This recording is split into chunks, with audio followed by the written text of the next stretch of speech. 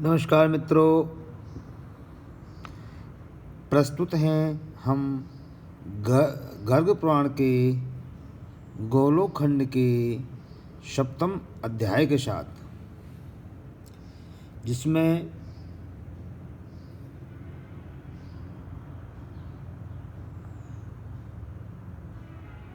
कंस की दिग्विजय, शंबर, योमासुर, वाणासुर, वत्सासुर, कालयवन तथा देवताओं की पराजय।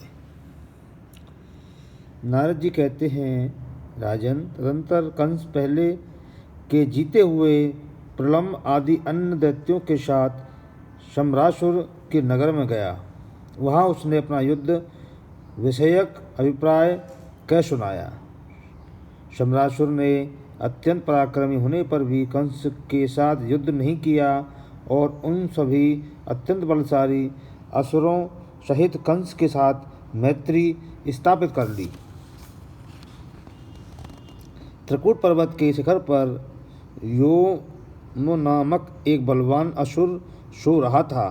कंस ने वहां पहुंचकर उसके ऊपर लात चलाई।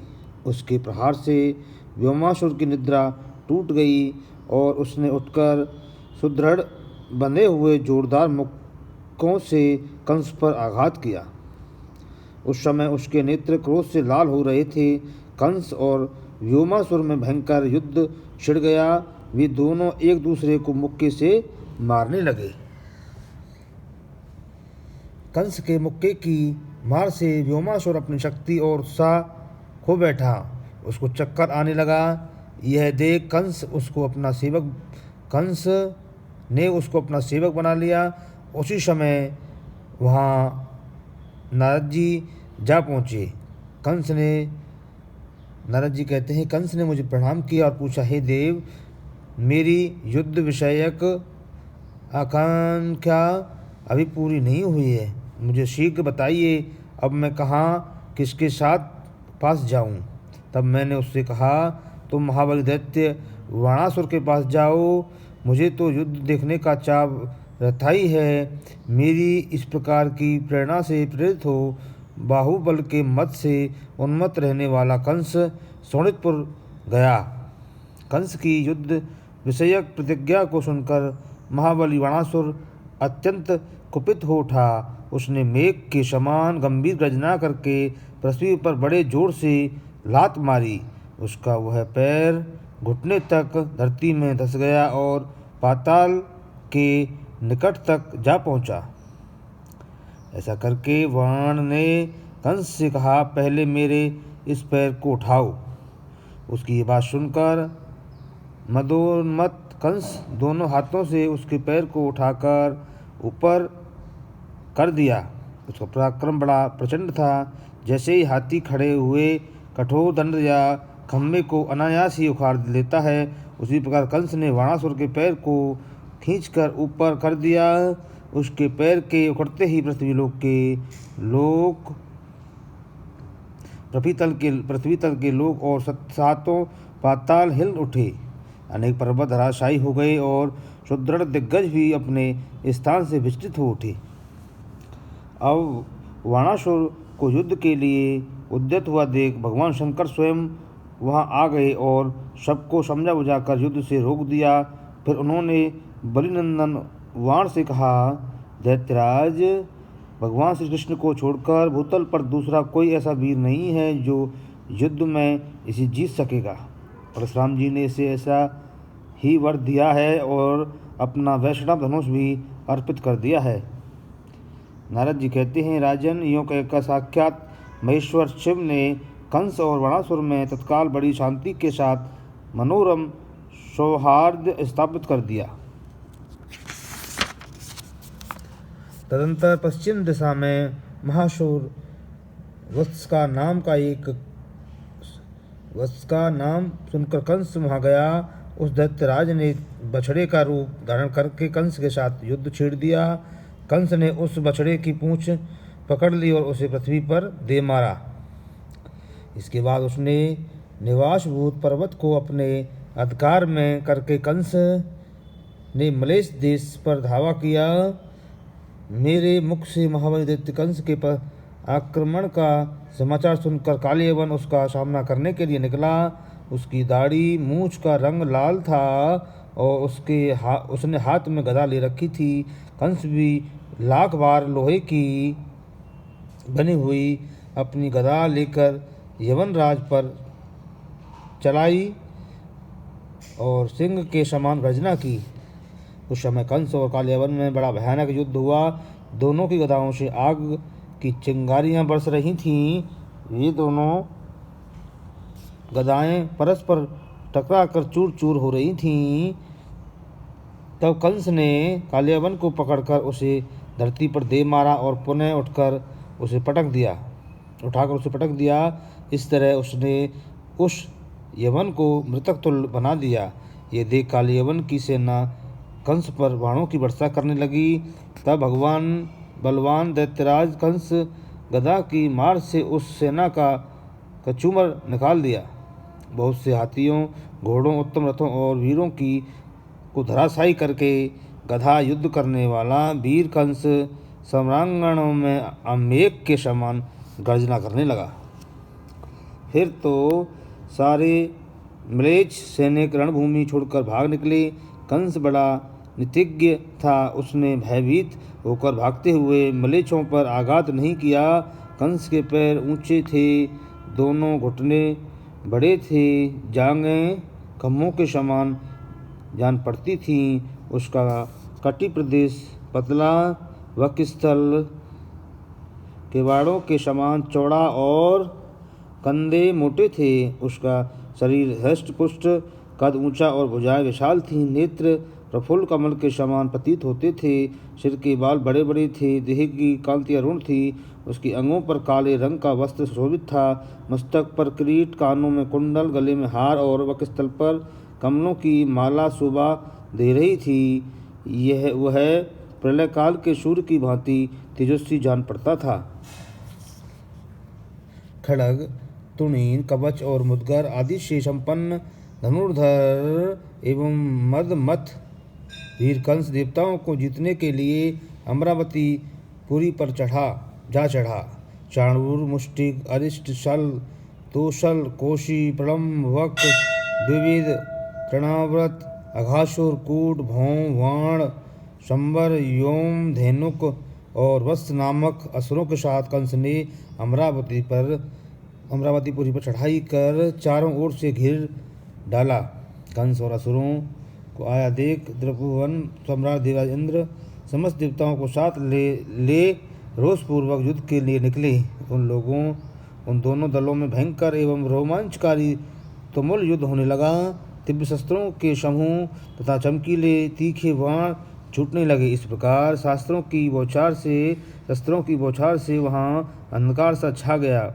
उस समय रथ पर बैठे हुए सुरेश्वर इंद्र ने कंस पर विद्युत के समान कांतिमान और धारों वाला वज्र छोड़ा, किंतु उस महान असुर ने इंद्र के वज्र मुद्गर के प्रहार से प्रहार किया। इससे वज्र की धारें टूट गईं और वह युद्ध भूमि में गिर पड़ा। तब वज्रधारी ने वज्र छोड़कर बड़े रोग के साथ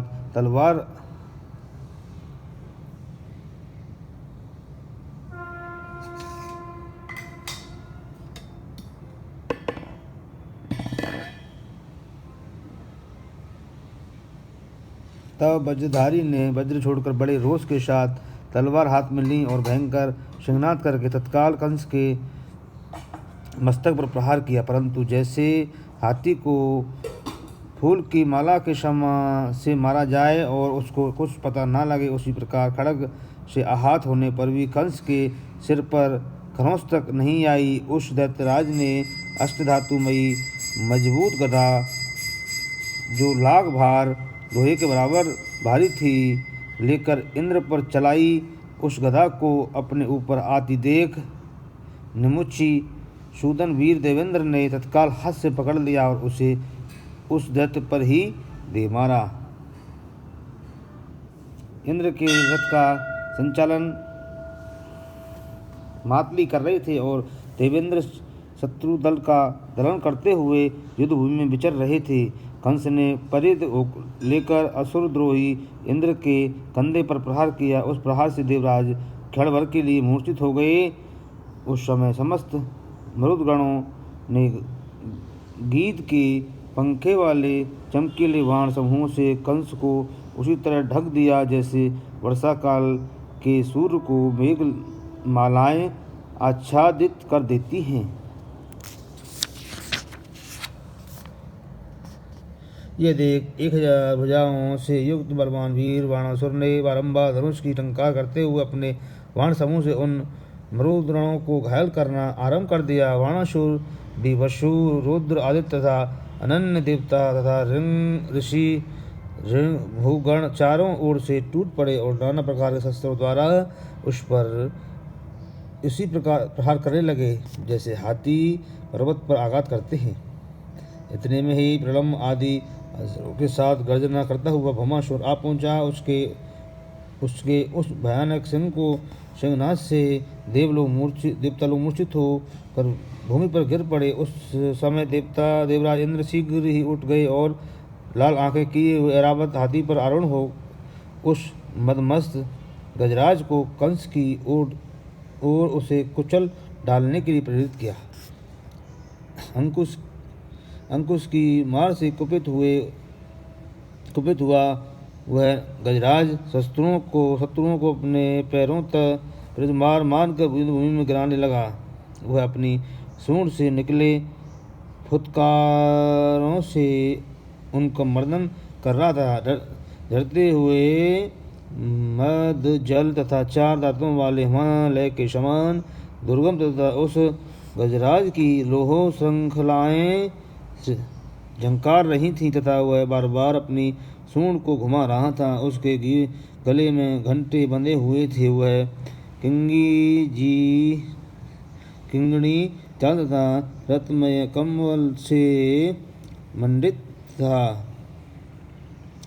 गुरुचय सिंदूर और कस्तूरी से उसके मुख मंडल पर पत्ररचना की गई थी। कंस ने निकट आने पर उस महान गजराज के ऊपर सुदृढ़ मुक्के से प्रहार किया। साथ ही उसके सम्रांगण में देवराज इंद्र पर भी दूसरे मुक्के का प्रहार किया। उसके मुक्के की मार खाकर इंद्र देव ऐरावत से दूर हो जा गिरे। ऐरावत भी धरती पर घुटने टेक कर व्याकुल हो गया। फिर तुरंत ही उठकर गजराज ने दैत्यराज कंस पर दांतों से आघात किया और उसे सूंड पर उठाकर लाखों योजन दूर फेंक दिया।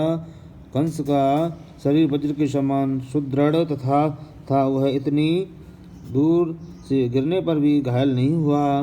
उसके मन में किंचित व्याकुलता हुई किंतु रोष से ओठ फड़फड़ाता अत्यंत जोश में भरकर वह पुनः युद्ध भूमि में जा पहुंचा। कंस ने गजराज ऐरावत को पकड़कर सम्रांग में धराशायी कर दिया और उसकी सूंड मरोड़कर उसके दांतों को चूर चूर कर दिया। अब तो ऐरावत हाथी उस सम्रांगना से तत्काल भाग चला। वह बड़े बड़े वीरों को गिराता हुआ देवताओं की राजधानी अमरावतीपुरी में जा घुसा। तदनंतर कंस वैष्णव धनुष पर प्रत्यंचा चढ़ाकर बाण समूह तथा धनुष की टंकारों से देवताओं को खदेड़ना आरंभ कर किया। कंस की मार पड़ने से देवताओं के होश उड़ गए और वे चारों दिशाओं में भाग निकले।